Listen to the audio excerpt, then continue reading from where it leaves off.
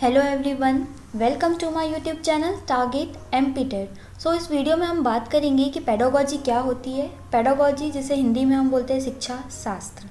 और इस वीडियो से हम स्टार्ट करने जा रहे हैं सोशल स्टडीज़ मतलब सामाजिक अध्ययन की सब्जेक्ट वाइज पेडागोजी। तो आइए हम देखते हैं। So what is pedagogy. सबसे पहले हम इसकी डेफिनेशन देख लेते हैं। Pedagogy is often described as the act of teaching. Pedagogy is the art and science of how something is taught and how students learn it. Pedagogy includes how the teaching occurs, the approach to teaching and learning, the way the content is delivered, and what the students learn as a result of the process. आइए हम pedagogy मतलब शिक्षा शास्त्र को समझते हैं। Pedagogy को हम एक्ट ऑफ टीचिंग मतलब कि पढ़ाने का तरीका बोलते हैं। पेडागोजी एक आर्ट है मतलब कि कला है, और साइंस है मतलब विज्ञान है। Pedagogy is nothing but a way of teaching मतलब कि एक तरीका है पढ़ाने का, क्योंकि हम सब जानते हैं कोई दो इंसान सेम नहीं होता है। वैसे ही कोई दो डिफरेंट टीचर सेम तरीके से नहीं पढ़ा सकते। सबका अपना वे होता है पढ़ाने का, बोलने का और चीज़ें एक्सप्लेन करने का। इसी पढ़ाने के तरीके को इंग्लिश में हम पेडागोजी और हिंदी में शिक्षा शास्त्र कहते हैं, क्योंकि टीचर पढ़ाएगा तभी स्टूडेंट कुछ नॉलेज गेन करेगा ना। पढ़ाना और पढ़ना पेडागोजी के दो इम्पॉर्टेंट पार्ट्स हैं। पेडागोजी के अंदर आता है कि किस तरीके से टीचर सब्जेक्ट को पढ़ाता है और किस तरीके से अपना नॉलेज डिलीवर करता है, जिससे बच्चों में कॉन्सेप्ट को लेकर क्लियरेंस आता है और बच्चे इजीली चैप्टर को और इन्फॉर्मेशंस को समझते हैं। क्योंकि हम सब जानते हैं कोई टीचर नहीं बन सकता, मतलब हर कोई टीचर नहीं बन सकता और हर कोई पढ़ा नहीं सकता। जैसे पेंटिंग हर कोई नहीं कर सकता, क्योंकि पेंटर अलग होते हैं, डांसर्स अलग होते हैं। वैसी जो टीचिंग है या जो पढ़ाना है वो भी अपने आप में एक कला है। सो आई होप आप लोगों को मीनिंग क्लियर हुई हो। Concept and nature of social science. अब हम देखेंगे सोशल साइंस का नेचर क्या होता है और इसके अंदर क्या कॉन्सेप्ट्स आते हैं। First, the concept and nature of the social science is dynamic. Dynamic है मतलब परिवर्तनशील है, स्टैटिक नहीं है, मतलब एक जैसे नहीं रहता है। टाइम टू टाइम चीज़ें चेंज होती रहती हैं। क्योंकि अगर हम बात करें ओल्ड एज टाइम की, तो मोस्टली चीज़ों को हम उस टाइम पर हाथों से किया करते थे, और आज मॉडर्न एज में हम चीज़ों को मशीन्स के थ्रू करते हैं। तो हम बोल सकते हैं कि जो टाइम है वो एक जैसे नहीं रहता है और चेंज होते रहता है। इसलिए सोशल साइंस का जो नेचर है वो डायनामिक है। Second, it includes the scientific and logical thinking in teaching learning process. Social science पढ़ाते वक्त हमें ये ध्यान रखना चाहिए और स्टूडेंट्स को बताना चाहिए कि जो कुछ हम सोशल स्टडी में पढ़ते हैं वो साइंटिफिक प्रूवन है और लॉजिकल थिंकिंग के बेसिस पर दिया हुआ है। ऐसा नहीं कि किसी ने कुछ बोल दिया, हमने उसे लिख लिया और वही हम पढ़ा रहे हैं। नो, ऐसा नहीं है, साइंटिफिक और लॉजिकल है। Third, study of human in relation to society. Social science study है human in relation to society, कि किस तरीके से हर इंडिविजुअल डिपेंडेंट है सोसाइटी पर, क्योंकि विदाउट सोसाइटी हम कुछ भी नहीं है। Fourth point, social science develops the knowledge structure, relevant understanding and also develops desirable attitudes in learners. Social science जब हम पढ़ाते हैं तो स्टूडेंट इन्फॉर्मेशन गैदर करता है और अपने ओल्ड जो उसने इधर उधर से सुन रखा है और न्यू इन्फॉर्मेशन जो उसने टीचर से गेन किया है, वो दोनों इन्फॉर्मेशंस को माइंड में क्रिएट करता है, दोनों को मिलाकर एक न्यू कॉन्सेप्ट बनाता है, जिससे उसके एटीट्यूड्स में चेंज आता है, क्योंकि वो चीज़ों को बेहतर तरीके से समझ पा रहा है और ऑब्जर्व कर पा रहा है। आई होप क्लियर हुआ हो। It is a study of society which includes all aspects. Social science जो है वो स्टडी है सोसाइटी मतलब समाज की, और इसके अंदर अगर हम सोसाइटी की बात कर रहे हैं मतलब कि सब कुछ इसके अंदर आ जाएगा। Combination of both art and science. इसके पहले ही हमने बात किया कि किस तरीके से कॉम्बिनेशन है आर्ट और साइंस का। इसका जो सब्जेक्ट मेथड है वो है सोशल, मतलब समाज की हम बात करेंगे इसमें, और स्टडी मेथड मतलब किस तरीके से हम उसको स्टडी करते हैं, तो वो है साइंटिफिक, विज्ञान के थ्रू ही हम चीज़ों को इसमें स्टडी करते हैं। ब्रांचेस की बात करें, ब्रांचेस ऑफ सोशल साइंस तो है history, economics, geography, civics and sociology. Teaching method of social studies. अब हम बात करेंगे सोशल स्टडीज़ को किस तरीके से पढ़ाया जा सकता है। First is simple to complex. सबसे पहले जो टीचर है वो सिंपल चीज़ों के बारे में बच्चों से बात करेगा, क्योंकि जो सिंपल चीज़ें वो बच्चा पहले से जानता होगा। अगर वो सीधे कॉम्प्लेक्स पे आ गया तो बच्चे चीज़ों को समझ नहीं पाएंगे और सही अंडरस्टैंडिंग नहीं बन पाएगी। इसलिए जो टीचर है उसको सिंपल से स्टार्ट करना चाहिए और धीरे धीरे फिर कॉम्प्लेक्स के साइड बढ़ना चाहिए। ये जो मेथड है ये सुटेबल है प्राइमरी क्लासेस और मिडिल क्लासेस के स्टूडेंट्स के लिए, क्योंकि वो छोटे होते हैं, इसलिए उन लोगों को पहले सिंपल से स्टार्ट कर कर कॉम्प्लेक्स तक जाना चाहिए। Second is known to unknown. इसमें facts are introduce and then unknown concepts are explored. इसी से आप समझ गए होंगे कि नोन मतलब जो चीज़ें बच्चा पहले से जानता है वो, उसके बाद हम धीरे धीरे करते चलेंगे, मतलब बढ़ाते चलेंगे चीज़ों को कॉम्प्लेक्सिटीज़ की तरफ, और ऐसी चीज़ों की तरफ जो वो नहीं जानता है। जो फैक्ट वो जानता है उसके बारे में हम पहले बात करेंगे, फिर जो वो नहीं जानता है उसके बारे में भी हम उससे बात करेंगे, जिससे कि वो बेहतर तरीके से चीज़ों को समझ पाए। Third is specific to general. पहले हम स्पेसिफिक कोई भी जो चीज़ है मतलब है उसके बारे में बात करेंगे, क्योंकि ये जो मेथड है वो हायर स्टडीज़ के लिए तब तक बच्चों में एक जो सही नॉलेज और एडॉप्टेशन की जो कैपेबिलिटी है वो बढ़ जाती है। इसलिए हम पहले जो टीचर है वो स्पेसिफिक के बारे में बात करेगा, फिर वो जनरल के साथ जाएगा कि स्पेसिफिक मतलब जो एकदम स्पेसिफिक है उसके लिए, फिर वो जनरल मतलब जो सबके लिए है, जो सब सारी चीज़ों के बारे में बात कर रहा है उस चीज़ों के बारे में बात करेगा।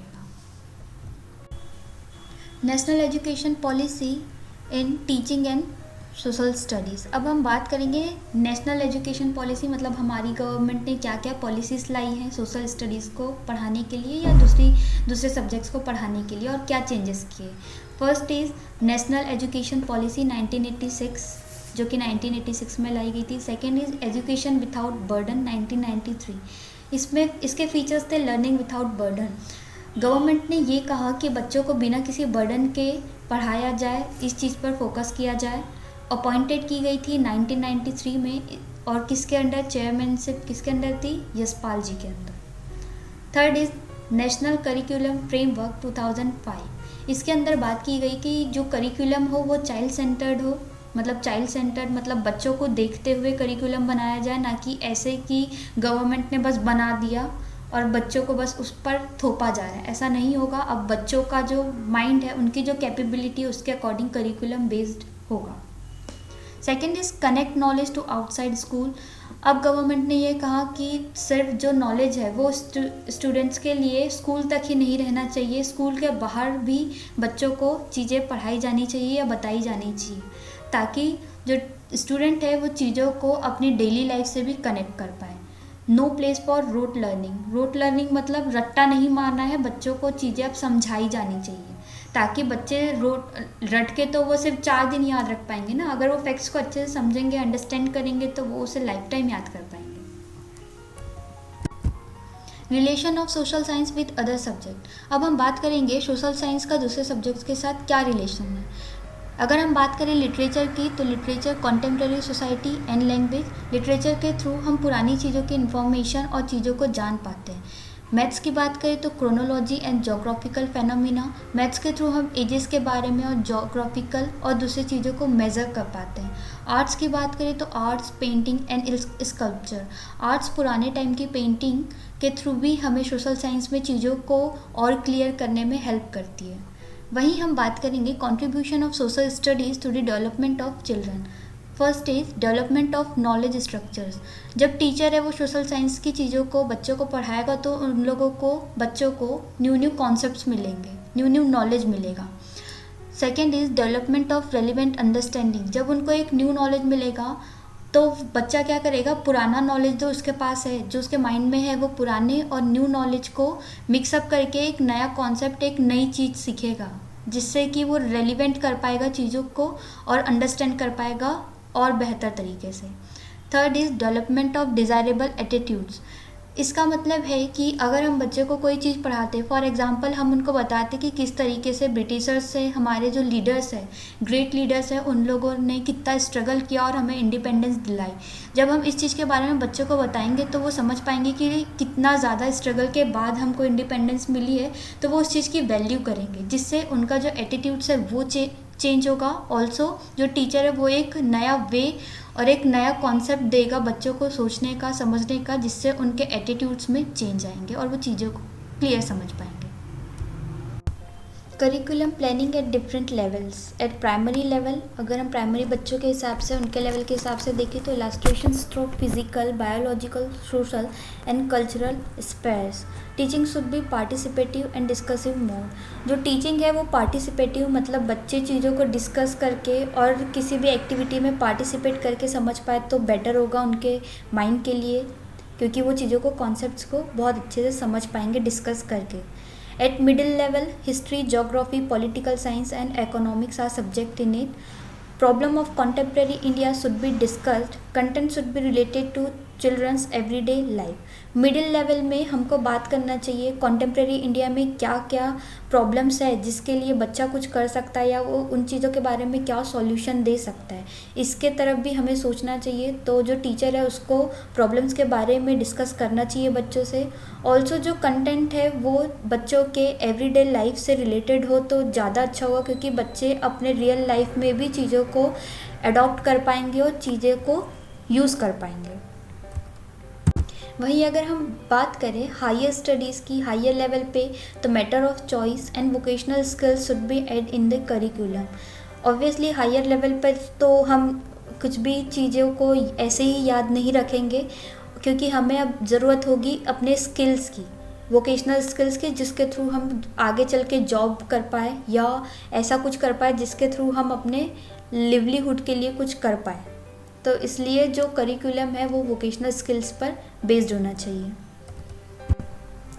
सम questions related to this topics, जो हमने पढ़ा अब उसके ऊपर से हम कुछ क्वेश्चंस देख लेते हैं कि किस टाइप का हमारे एग्जाम में पूछा जाएगा। So first is, why is the study of social science scientific. Social science की जो स्टडी है उसे हम साइंटिफिक क्यों कहते हैं। First is, it uses scientific terms in its content. Second, it fulfils the demand for calling social studies as science. Third, it comprises systematically acquired verified knowledge. और D is helps reader to study scientific society. तो answer is C. It comprises systematically acquired verified knowledge. जैसे कि हमने बात किया था कि इसकी जो स्टडी है वो साइंटिफिक है, ऐसा नहीं है कि किसी ने कुछ बोल दिया हमने लिख लिया और वही चीज़ हम आगे बता रहे हैं। ये पूरी तरीके से साइंटिफिकली प्रूवन होता है। Second question, the content of the social science should aim at A. Making students familiar with the happening in the world around. B. Raising students' awareness though critically exploring and questioning of familiar social reality. C. Inculcating nationalism in students. D. Imparting knowledge about developed countries. Question था social science का जो M है वो क्या है, social science क्यों पढ़ाया जाना चाहिए। तो इसका आंसर है बी, राइजिंग स्टूडेंट्स अवेयरनेस दो critically exploring and questioning of familiar social reality, कि बच्चों के अंदर अवेयरनेस आएगी कि किस तरीके से वो अपने आसपास की चीज़ों को एक्सप्लोर कर पाएगा और क्वेश्चन कर पाएगा सोशल रियलिटीज़ पर, कि क्या प्रॉब्लम्स है, उसका क्या सॉल्यूशंस होना चाहिए और बेटर अंडरस्टैंड कर पाएगा। तो ये सोशल साइंस का मेन एम है। Third, which ocean has 1/3 of land surface in the world? Indian Ocean, Arctic Ocean, Pacific Ocean, Atlantic Ocean. Answer is C, Pacific Ocean. ये जो क्वेश्चन है ये रिलेटेड है किससे, 1/3, मतलब इसने मैथ्स की बात करी। कुछ स्लाइड्स पहले हमने देखा था कि किस तरीके से सोशल स्टडीज़ का दूसरे सब्जेक्ट के साथ रिलेशन है, तो ये क्वेश्चन उस क्वेश्चन के अंदर आ सकता है। Fourth is, to maintain interest in a class or a lecture, the teacher should ask questions, tell a joke, tell interesting short stories, discuss current affairs. Obviously अगर लेक्चर के थ्रू टीचर अपना idea दे रहा है बच्चों को और उससे अगर बच्चों के अंदर इंटरेस्ट है, उसको मेंटेन करके चलना है, तो उसे बच्चों को शॉर्ट स्टोरीज सुनाना चाहिए, क्योंकि स्टोरीज़ के थ्रू बच्चे चीज़ों को बेटर तरीके से समझ पाते हैं। So answer is C. So that's all for today. Thank you for watching guys. Also अगर वीडियो हेल्पफुल लगी हो और अच्छी लगी हो तो हमारे चैनल को लाइक, शेयर और सब्सक्राइब करना बिल्कुल ना भूलें। Thank you.